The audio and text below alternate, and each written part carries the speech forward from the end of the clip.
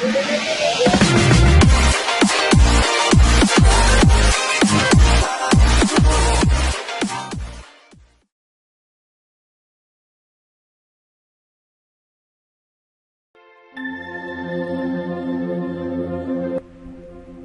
دوڑتے میری ٹانگوں میں لڑکھڑاہٹ آ گئی۔ میں پیر رکھتا کہیں تھا، پڑتا کہیں۔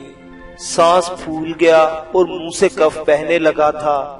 نہ ٹانگوں میں اتنی سکت رہی تھی اور نہ پھیپھڑوں میں اتنی قوت کہ میں مزید بھاگ سکتا، مگر میں اس خوفناک حقیقت سے بھی پوری طرح واقف تھا کہ کہیں رکنے کا مطلب موت تھا، بھیانک اور اذیت ناک موت۔ میرا پیچھا کرنے والے انسان نہیں، خونخوار بھیڑیے تھے، موت کے فرشتے۔ وہ میرا جو حشر کرتے اس کا مجھے بخوبی اندازہ تھا، اس لیے نہایت ناگفتبے حالت میں ہونے کے باوجود میں کہیں رکنے کا تصور بھی نہیں کر سکتا تھا، مگر اب میری ہمت جواب دے رہی تھی۔ اب تک تو میں قوت ارادی کے سہارے بھاگتا رہا تھا، مگر ہر شے کی انتہا ہوتی ہے اور میں قوت برداشت کی وہ انتہائی سرحد بھی پار کر چکا تھا۔ میرے پھیپھڑے پھٹے جا رہے تھے۔ سڑک کا ایک موڑ گھومتے ہوئے میں ایک درخت کے نیچے رک گیا اور تنے سے ٹیک لگا کر اپنے سانس پر قابو پانے کی کوشش کرنے لگا۔ منہ سے بہنے والے کف سے میری تھوڑی تر ہو رہی تھی۔ میں نے آستین سے کف پوچھا۔ میری ٹانگیں بری طرح کانپ رہی تھی۔ ٹیک لگا کر کھڑے رہنا بھی مشکل ہو رہا تھا۔ میرے گھٹنے دوہرے ہونے لگے اور میں درخت کے تنے سے رگڑ کھاتا ہوا نیچے جھکتا چلا گیا۔ اس وقت رات کے 2 بجے تھے۔ رات اگرچہ تاریک تھی، لیکن سٹریٹ لائٹس کی اونگتی روشنی میں تاریکی کا اثر کسی حد تک زائل کر دیا تھا۔ البتہ سناٹا بہت گھمبیر تھا۔ کسی طرف سے کوئی معمولی سی آواز بھی سنائی نہیں دے رہی تھی۔ سڑکوں اور گلیوں میں آوارہ گردی کرنے والے کتے بھی کہیں دبک کر سو گئے تھے۔ میں درخت سے ٹیک لگائے بیٹھا متوحش نظروں سے ادھر ادھر دیکھتے ہوئے کوئی آواز سننے کی کوشش کرنے لگا، مگر کسی طرف سے کوئی آواز سنائی نہیں دے رہی تھی۔ مجھے وہاں بیٹھے ہوئے 2-3 منٹ گزر چکے تھے، مگر میرا سانس اب دھونکی کی طرح چل رہا تھا۔ میرے ہانپنے کی آواز 10-15 قدم دور سے بھی سنی جا سکتی تھی، اور پھر دفعتاً میں اچھل پڑا۔ مجھے اپنا دل کنپٹیوں میں دھڑکتا ہوا محسوس ہونے لگا۔ فائر کی وہ آواز سناٹے میں بھی باز گشت سی پیدا کرتی ہوئی چاروں طرف پھیل گئی تھی۔ گونجتی ہوئی آواز سے اگرچہ سمت کا اندازہ لگانا دشوار تھا، مگر یہ طے شدہ بات تھی کہ وہ پستول یا ریوالور کا فائر تھا اور مجھ سے زیادہ 100 گز کے فاصلے پر ہوا تھا۔ میں بڑی پھرتی سے اٹھ کر درخت کی پچھلی طرف چلا گیا۔ میرے دونوں ہاتھ درخت کے تنے پر تھے۔ میں آڑ سے جھانک کر ادھر ادھر کچھ دیکھنے کی کوشش کر رہا تھا۔ یہ تو میں سمجھ گیا تھا کہ میرا تعاقب کرنے والے موت کے فرشتے قریب پہنچ چکے ہیں، لیکن میرے لیے یہ اندازہ لگانا دشوار تھا کہ انہوں نے گولی کس پر چلائی تھی۔ میرے دھوکے میں کوئی بے گناہ ان کے ہاتھوں مارا گیا تھا یا کسی اور وجہ سے گولی چلائی گئی تھی۔ اور پھر اسی لمحہ کسی کتے کے بھونکنے کی آواز سنائی دی تھی۔ اس کے ساتھ ہی ایک فائر اور ہوا۔ اس مرتبہ گولی کی آواز کے ساتھ ہی کتے کی چیوں پیوں کی آواز واضح طور پر سنائی دی تھی۔ مجھے سمجھنے میں دیر نہیں لگی کہ پہلی گولی بھی اسی کتے پر چلائی گئی ہوگی، مگر غالباً کتا بچ کر دوبارہ ان پر لپکا تھا، جس پر دوسری گولی چلا کر اسے ٹھنڈا کر دیا گیا۔ اس بدنصیب کتے کی موت کا تصور کر کے میں دل ہی دل میں کانپ اٹھا۔ اگر میں ان کے ہاتھ آ گیا تو مجھے بھی اسی طرح کتے کی موت مار دیا جائے گا۔ میں نے ایک بار پھر ادھر ادھر دیکھا۔ اس وقت تک میں اپنی کیفیت پر کسی حد تک قابو پا چکا تھا، اور یہ بھی مجھے اندازہ ہو گیا تھا کہ وہ خونخوار بھیڑیے مجھ سے کم از کم 100 گز دور تھے۔ اگر وہ اس طرف نکل آئے تو میرے لیے اپنے آپ کو بچانا مشکل ہو جائے گا۔ میں جس سڑک پر مڑا تھا وہ کافی کشادہ تھی اور اس کے دونوں طرف بڑے بڑے بنگلے تھے۔ ہر بنگلے کے سامنے تقریباً 10-10 فٹ جگہ گھیر کر لان بنا لیے گئے تھے۔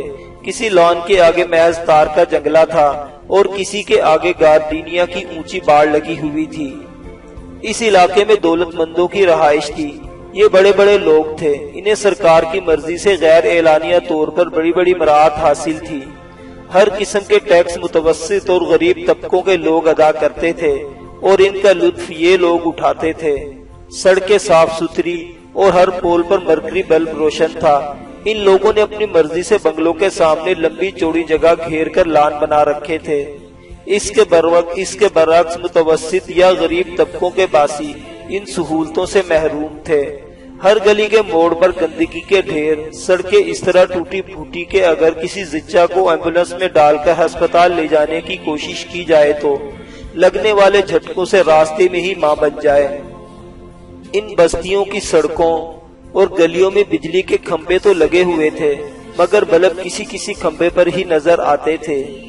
میرا ایک پرانا تجربہ یہ تھا کہ ان بڑے بڑے بنگلوں میں رہنے والے لوگ جتنے دولت مند تھے اتنے ہی بزدل بھی تھے۔ فائر کی آواز اگر کسی متوسط یا غریب طبقے کی آبادی میں گونجی ہوتی تو لوگ ہاکیاں اور ڈنڈے لے کر سڑکوں پر آ چکے ہوتے، مگر یہاں 2 فائر ہوئے تھے۔ نیند میں ہونے کے باوجود کچھ لوگوں نے آواز سنی ہوگی، مگر باہر جھانکنے کی کسی میں ہمت نہیں تھی۔ ان بنگلوں کے مکینوں کی حفاظت کے لیے گارڈز بھی ہوں گے، مگر ایسے موقعوں پر بھی وہ گیٹ سے باہر جھانکنے کی ہمت نہیں کرتے۔ 2,500-3 ہزار روپے ماہانہ تنخواہ پانے والے محافظ اپنی جان کو داؤ پر لگانے کی حماقت نہیں کر سکتے۔ اب پہلی گلی سے دوڑتے ہوئے قدموں کی آوازیں بھی سنائی دینے لگی۔ میں یہاں محفوظ نہیں تھا۔ میں نے ادھر ادھر دیکھا اور درخت کی آڑ سے نکل کر ایک طرف دوڑتا چلا گیا اور چوتھے یا شاید 5ویں بنگلے کے سامنے والے لان میں گھس کر جھاڑیوں کے پیچھے اوندا لیٹ گیا، اور اسی لمحہ 2 آدمی دوڑتے ہوئے اس موڑ پر پہنچ چکے تھے جہاں سے میں بھاگا تھا۔ میں نے وہاں سے ہٹنے کا بروقت فیصلہ کیا تھا۔ اگر اس درخت کے نیچے کھڑا رہتا تو ان کی نظروں میں آ جاتا۔ میرے دل کی دھڑکن ایک بار پھر تیز ہو گئی، سانس بے قابو ہونے لگا۔ میں سینے کے بل لیٹ کر شاخوں میں سے جھانکنے لگا۔ یہ باڑ اوپر سے تو خاصی سرسبز اور گنجان تھی، لیکن نچلے حصے پر پتیاں جھڑ چکی تھی اور صرف شاخیں ہی رہ گئی تھی۔ پتلی پتلی شاخیں جالی کے تاروں کی طرح ایک دوسرے میں الجھی ہوئی تھی۔ میں نے نیلی جینز کی پتلون اور میرون کلر کی شرٹ پہن رکھی تھی۔ تاریکی میں یہ کپڑے بھی کالے ہی لگتے تھے، اور یہ بھی غنیمت تھا کہ بنگلے کے گیٹ کی بتیاں بجھی ہوئی تھی۔ اس لیے مجھے یہ اطمینان تھا کہ جب تک باڑ کے قریب آ کر اوپر سے نہ جھانکا جائے میں باہر سے کسی کے نظروں میں نہیں آ سکتا تھا۔ البتہ میری کوئی معمولی سی حرکت قریب سے گزرنے والے کو میری طرف متوجہ کر سکتی تھی۔ وہ دونوں آدمی دوڑتے ہوئے اس طرف آ گئے اور مجھ سے تقریباً 20 گز کے فاصلے پر رک گئے۔ وہ مرکری بلب کی روشنی میں تھے اور میں باڑ کی شاخوں میں سے انہیں دیکھ سکتا تھا۔ ان دونوں کے ہاتھوں میں پستول تھے۔ وہ معمولی سی آہٹ پر گولی چلا سکتے تھے، اس لیے میں بے حس و حرکت اپنی جگہ پر لیٹا رہا اور ایک منہ پر ہاتھ رکھ لیا تھا تاکہ سانس کی آواز بھی نہ ابھر سکے۔ میرے پاس ایک چاقو کے علاوہ کوئی ہتھیار نہیں تھا۔ اگر پستول ہوتا تو میں بڑے اطمینان سے ان دونوں کو ڈھیر کر سکتا تھا، لیکن میں ان کے پستولوں کا مقابلہ چاقو سے نہیں کر سکتا تھا۔ وہ یقیناً ان گلیوں ہی میں ہے۔ ان میں سے ایک کی آواز میری سماعت سے ٹکرائی، دارے تم فوراً جاؤ اور نادر کے ساتھ گاڑی لے کر اس طرف آ جاؤ، میں یہیں کھڑا ہوں، اسے ہر صورت میں تلاش کرنا ہے۔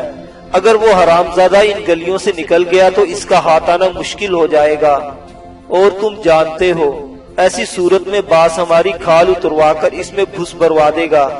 تم جاؤ، میں اسی درخت کے نیچے کھڑا ہوں۔ اس بدمعاش کے منہ سے اپنے لیے گالی سن کر میرے جبڑے بھیج گئے، مگر اس وقت مجھے گالی ہضم کرنا پڑی تھی۔ دوسرا شخص جسے دارا کہہ کر مخاطب کیا گیا تھا دوڑتا ہوا اسی طرف چلا گیا جس طرف سے وہ آئے تھے، جبکہ گالی دینے والا اس درخت کے نیچے کھڑا ہو گیا جہاں چند منٹ پہلے میں تھا۔ میں بے حس و حرکت اپنی جگہ پر پڑا رہا۔ وقت کی رفتار جیسے تھم گئی تھی، لمحے صدیاں بن کر بیت رہے تھے۔ مجھے اندازہ نہیں تھا کہ کتنی دیر گزری تھی۔ میں تو یہی سمجھ رہا تھا جیسے زمین کی گردش تھم گئی ہو، وقت رک گیا ہو۔ میرا دماغ سن ہو رہا تھا، سوچنے سمجھنے کی تمام صلاحیتیں جیسے ختم ہو چکی تھی۔ اس وقت اگر ذہن کچھ کام کر بھی رہا ہوتا تو میں کیا کر سکتا تھا؟ وہ جلاد ہاتھ میں پستول لیے چند گز کے فاصلے پر کھڑا تھا۔ میں ذرا سی حرکت بھی کرتا تو وہ مجھے گولی مار دیتا۔ اور پھر اس موڑ پر روشنی دیکھ کر میں چونک گیا۔ وہ کسی گاڑی کے ہیڈ لیمپس کی روشنی تھی۔ خاموش فضا میں گاڑی کے انجن کی آواز بھی سنائی دے رہی تھی۔ اور پھر 1 منٹ بعد ایک سفید کار اس درخت کے قریب پہنچ کر رک گئی۔ کار کا دروازہ کھلا اور دارا نیچے اتر آیا۔ ایک آدمی اسٹیئرنگ کے سامنے بیٹھا ہوا تھا۔ وہ غالباً نادر تھا۔ وہ کار کی کھڑکی سے گردن نکالے چیخ کے کہہ رہا تھا، شیدے، کیا تم سمجھتے ہو کہ وہ یہاں کسی جگہ بیٹھا تمہارا انتظار کر رہا ہوگا؟ چلو گاڑی میں بیٹھو۔ وہ پچھلی طرف کچی بستی کی طرف نکل جانے کی کوشش کرے گا۔ اگر وہ بستی میں پہنچ گیا اور گندا نالا پار کر گیا تو تم زندگی بھر اسے تلاش نہیں کر سکو گے۔ چلو گاڑی میں بیٹھو، جلدی کرو۔ دارا اور شیدہ دونوں کار میں بیٹھ گئے اور کار ایک زوردار جھٹکے سے آگے بڑھ گئی۔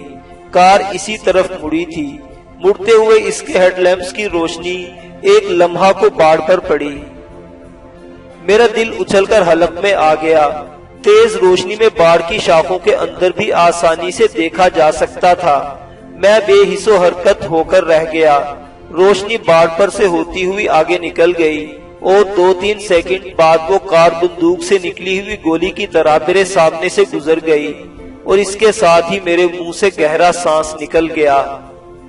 وہ کار اگلے موڑ پر دائیں طرف مڑ گئی۔ میرے خیال میں اب خطرہ وقتی طور پر ٹل گیا تھا۔ میں لان سے نکل کر آگے کی طرف دوڑنے لگا، لیکن میں زیادہ دور تک نہیں جا سکا تھا۔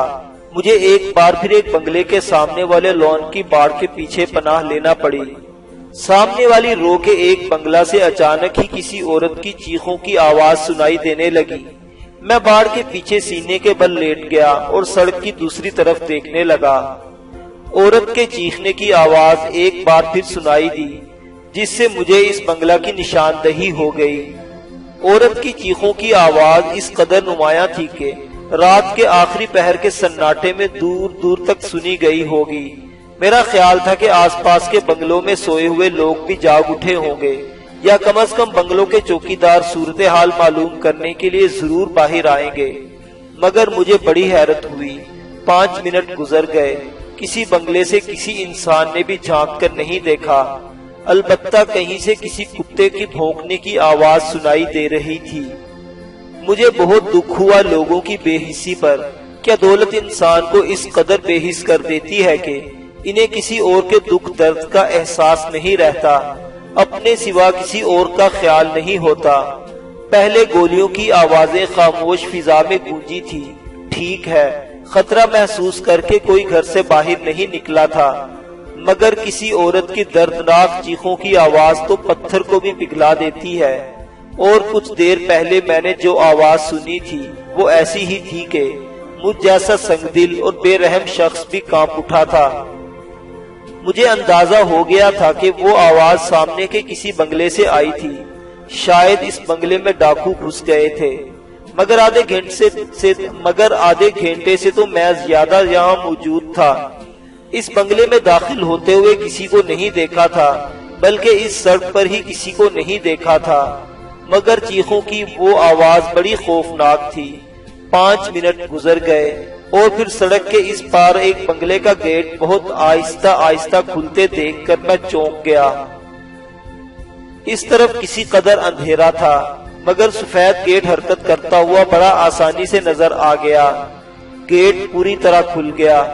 اس کے ساتھ ہی ایک آدمی کا ہیولا دکھائی دیا اور چند سیکنڈ کے بعد سرخ رنگ کی ایک کار باہر نکلی۔ اس کے انجن کی آواز بہت ہلکی تھی۔ دوسرے شخص نے گیٹ بند کر دیا اور دوڑ کر کار کی پیسنجر سیٹ کا دروازہ کھول کر اندر بیٹھ گیا۔ کار ایک زوردار جھٹکے سے آگے بڑھی اور میرے سامنے سے گزر گئی۔ کار میں 2 ہی افراد تھے، ایک وہ شخص جو میرے سامنے کار میں بیٹھا تھا اور دوسری ایک عورت جو اسٹیئرنگ کے سامنے بیٹھی ہوئی تھی۔ کار جب میرے سامنے سے گزر رہی تھی تو میں اسٹریٹ لیمپ کی روشنی میں اس عورت کا چہرہ دیکھا۔ اور وہ کار تیزی سے گزر گئی، مگر اس عورت کا چہرہ میرے ذہن پر نقش ہو گیا تھا۔ میں اسے کہیں بھی دیکھ کر شناخت کر سکتا تھا، البتہ وہ آدمی چونکہ دوسری طرف بیٹھا تھا اس لیے میں اس کا چہرہ نہیں دیکھ سکا تھا۔ میں نے اس بنگلے سے کسی عورت کے چیخنے کی آواز سنی تھی، اور بنگلے سے نکلنے والی کار بھی ایک عورت ہی چلا رہی تھی، مگر چیخوں کی وہ آواز اس عورت کی نہیں ہو سکتی تھی۔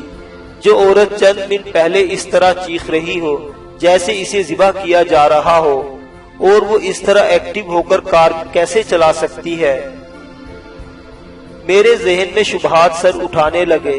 اس آدمی نے گیٹ تھوڑا سا کھول کر پہلے محتاط انداز میں باہر جھانکا تھا، پھر کار کے باہر نکلنے کے بعد اس نے گیٹ محض بھیڑ دیا تھا، اس میں تالا نہیں ڈالا تھا، اندر سے بھی کسی نے گیٹ بند نہیں کیا تھا، اور پھر وہ شخص جس طرح دوڑ کر کار میں بیٹھا تھا اس سے میرے شبہ کو کچھ اور بھی تقویت مل رہی تھی۔ میں غور سے گیٹ کی طرف دیکھنے لگا، اور پھر میں چونکے بغیر نہیں رہ سکا تھا۔ سفید رنگ کا وہ گیٹ دو پٹ کا تھا، اور ان دونوں پٹوں کے بیچ ایک کالی سی لکیر نظر آ رہی تھی۔ مجھے سمجھنے میں دشواری پیش نہیں آئی کہ وہ گیٹ پوری طرح بند نہیں ہوا تھا اور دونوں پٹوں کے بیچ میں درز رہ گئی تھی۔ میرے شبہات کو تقویت ملنے لگی۔ چھٹی حس اس بنگلے کے اندر کسی گڑبڑ کا احساس دلا رہی تھی۔